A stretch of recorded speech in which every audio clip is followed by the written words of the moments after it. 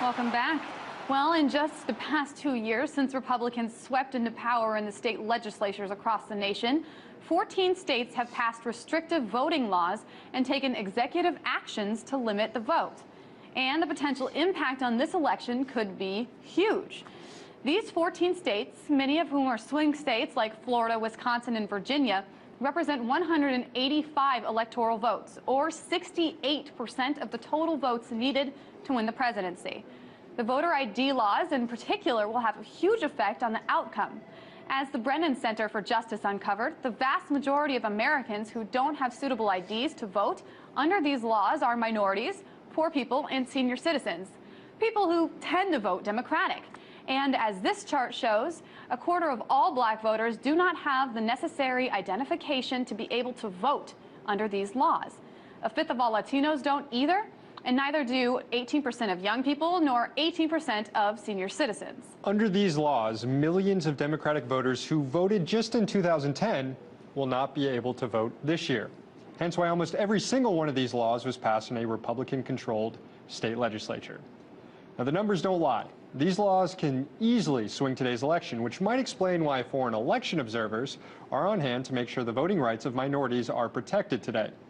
You know, when we think of election monitors, we think of third world nations practicing democracy for the first time.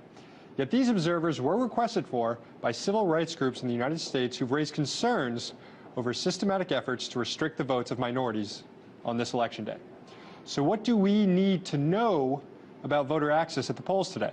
Well, joining us now is Diana Kasdan, Counsel for the Democracy Program at the Brennan Center for Justice. Diana, welcome. Thank you. Now, we saw long lines in Florida and Ohio over the weekend due to restrictions on early voting. So far today, are you noticing the effect of either voter ID laws, restrictions on voting, fewer precincts in operation at all that's restricting some of this vote? Absolutely. We are definitely seeing the impact of the voter ID laws that passed. And the interesting thing is that we had a very successful pushback against these voter ID laws. Through litigation, most of these that were passed this year were actually blocked or limited from going into effect. So, for instance, in Pennsylvania, the new voter ID law is not legally in effect in Pennsylvania for this election. But what we have been seeing is just report after report of voters being required, told that they have to show ID, and this is leading to voters being wrongfully turned away from the polls who don't have ID on hand when that is not in fact required. So we're seeing some real fallout, even in situations where the voter ID law should not be in effect.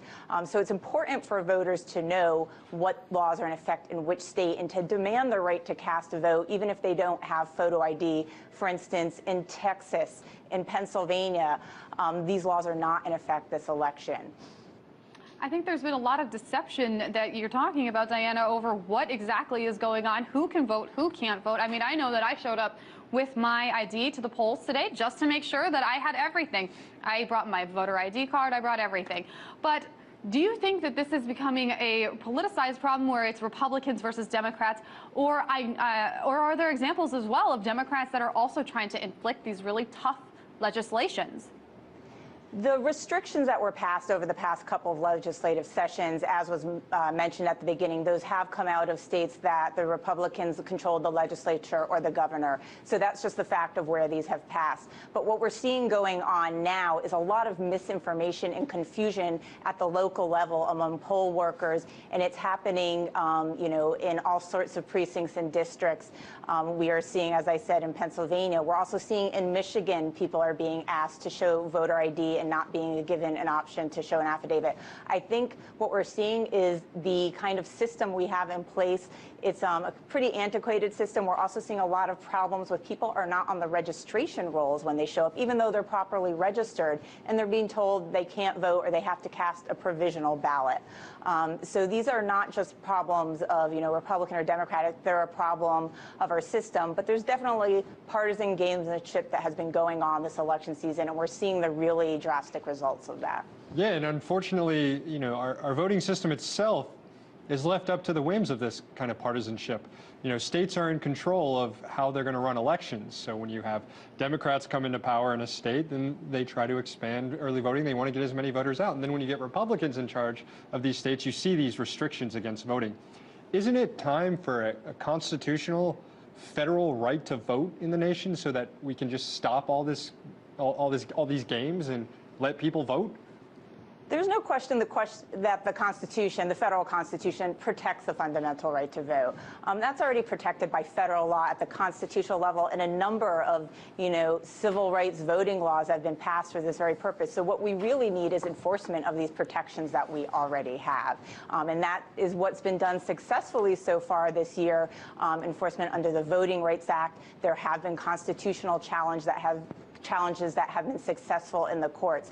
What I think we need to see more of is, as we were talking about before, not the kind of gamesmanship. People are going to always find ways to try and game this system, but what we're seeing is it doesn't work for the voters, and what's most important is having our voices heard. And I think we've seen now pushback at the citizen level where initiatives were passed to regain, for instance, in Maine, when they lost their election day registration. Citizens pushed to get that back. I think we need to see more of that. Well said. Diana Kasdan with the Brennan Center. Thank you. Thank you. Now, so those are some of the legal tactics being used to squash the vote. We have yet to mention the illegal tactics also being used to swing this election, too. I'm talking about rampant voter registration fraud, easily hacked voting machines, and voter intimidation and misleading that's going on in precincts all around the nation. Yes, at the end of the night, the votes will be counted, and we'll know who the President of the United States is. But can we trust those counted votes? For more on this, we welcome Brad Freeman, founder and editor of the Brad blog. Brad, welcome. Hey, thanks, Sam. Good to be here. We just want to kick things off quick. There's this video that's going around on the internet. It's a voter in Pennsylvania confronting one of these touchscreen electronic voting machines, and he's attempting to vote for President Obama, yet this is what keeps happening. Let's play the video.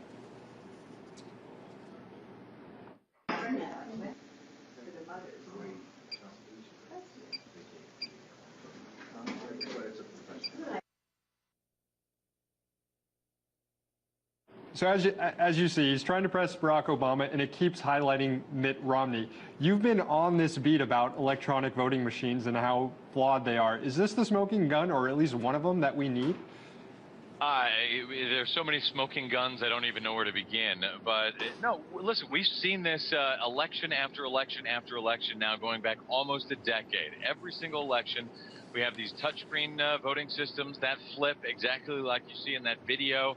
Back in 2004, this happened all over the country, and mostly to Democrats, and Republicans used to say that, these are sore losers, conspiracy theorists. But in fact, we've had more and more video like the one that you saw showing that this is absolutely happening. Now, does this mean the system has been hacked? Not necessarily. One of the problems is that this just happens when they're not hacked. This just happens because these machines are made so very poorly. But the problem is election officials take these machines in the middle of an election. When something like this happens, they take these machines and they open them up and they recalibrate them at a time when they are absolutely the most sensitive to being hacked, to being manipulated. When something like this happens, those machines should be taken out of service, period, and should never be used again until they can be examined after the election. So, it's a very serious concern. But even at that, the bigger concern is that even when those machines are working as they are supposed to, they are 100% unverifiable voting systems. There is no way to know whether any of those machines ever recorded anybody's vote accurately in any election. It's insane that we're still using them.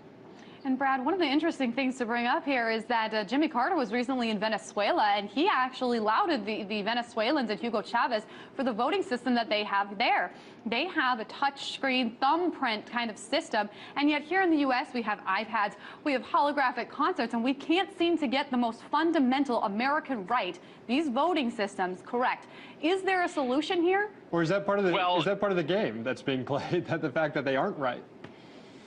To a certain extent, I think it is part of the game. But, and I love Jimmy Carter, but he's absolutely wrong because those systems down in Venezuela, frankly, are no better. Having a thumbprint. Look, the problem is not the voters here. The problem is not identifying the voters. It is the voters being able to know that their vote has been counted and counted accurately. That cannot happen when you have an electronic system like the one you saw that was there flipping votes. And by the way, if you want to flip a vote, If you want to hack the machine to do it, there's no reason to tell the voter you're doing it. You just change the number inside. The voter will never have any idea. Is there a solution? Yes.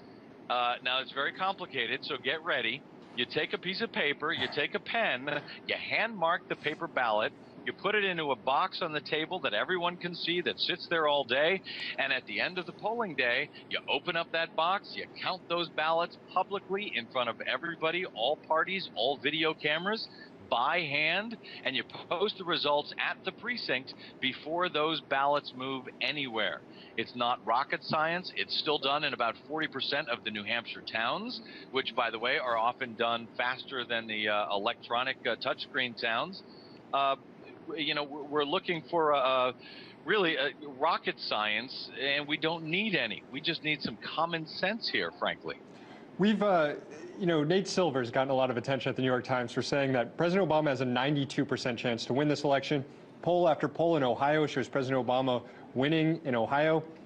If the election goes late tonight and Ohio doesn't go for the president, what are you going to be thinking?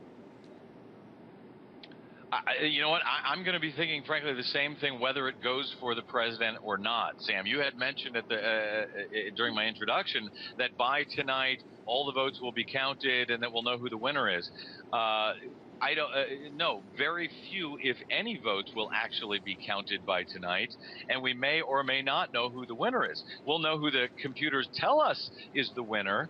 Maybe, but you know, we've got, as you guys were talking about before, hundreds of thousands of absentee ballots, provisional ballots that won't be counted at all. But even the paper ballots that are cast tonight are only counted by computers. Computers that frequently get the election results wrong. Right. We're going to have to wrap it there. Brad, keep up the great work. Thanks a lot. Brad Friedman.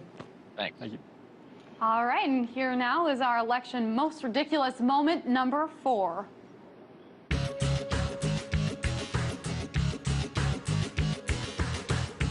If you've been successful, you didn't get there on your own. You didn't get there on your own. And that's ridiculous because the Republicans took it out of context, built a whole convention platform on it in a stadium that was built by all of us in the government.